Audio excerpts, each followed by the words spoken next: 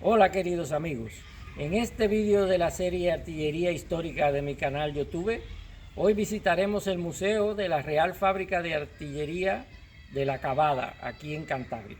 Yo soy Pedro Enrique Pujals y este es mi canal, El Tesoro del Presidente.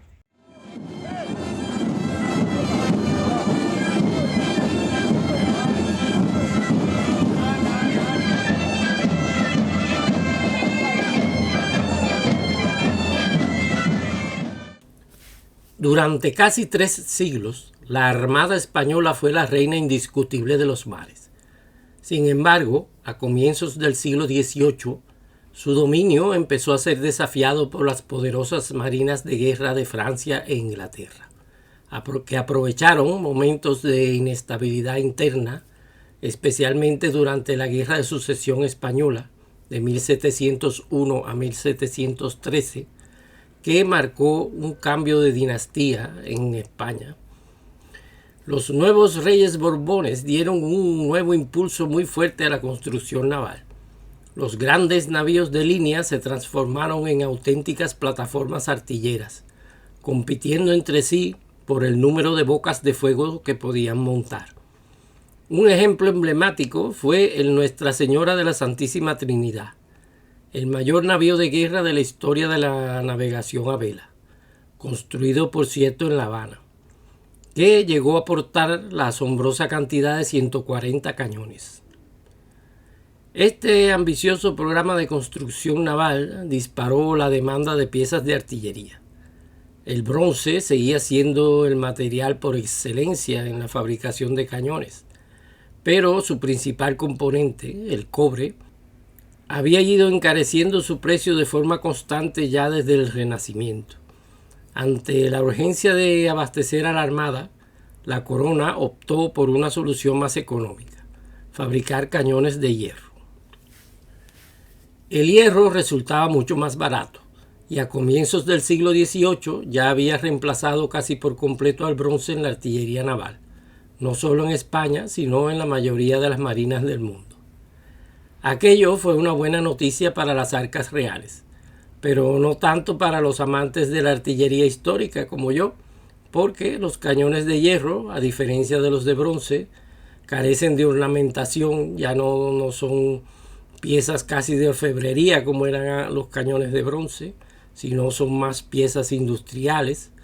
Solo lucen algunas inscripciones con la fecha de la fundición, el peso o la marca del fundidor.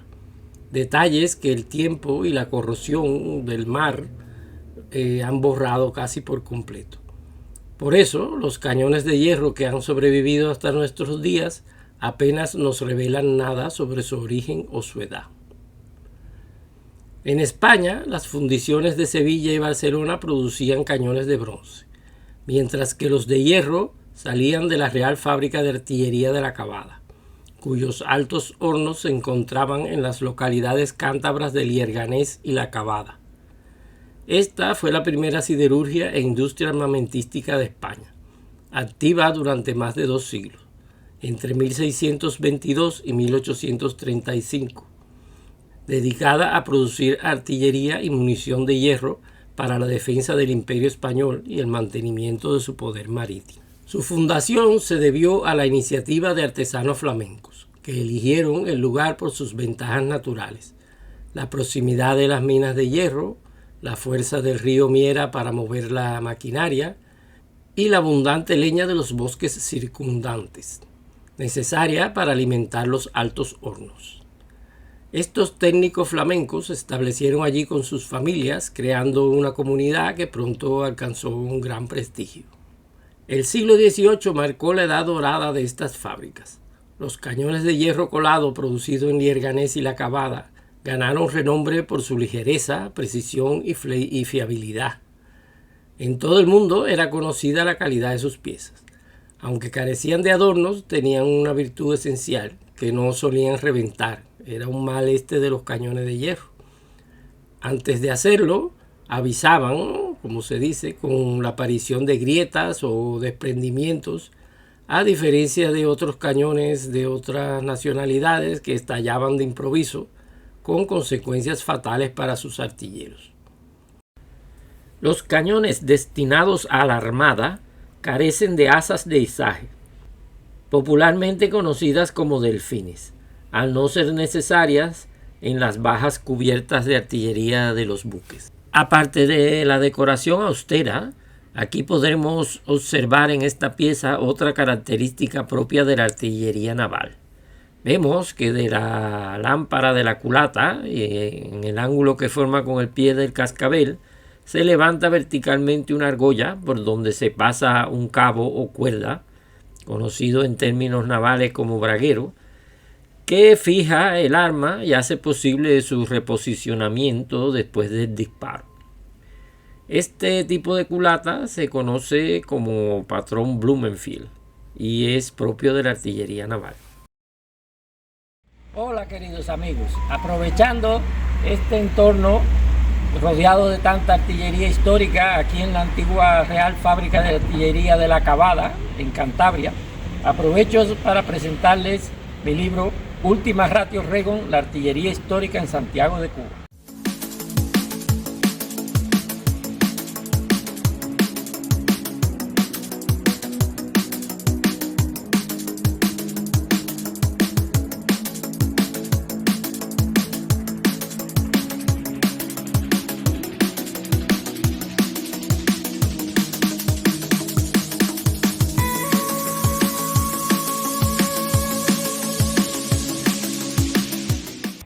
Mi libro está a la venta en Amazon.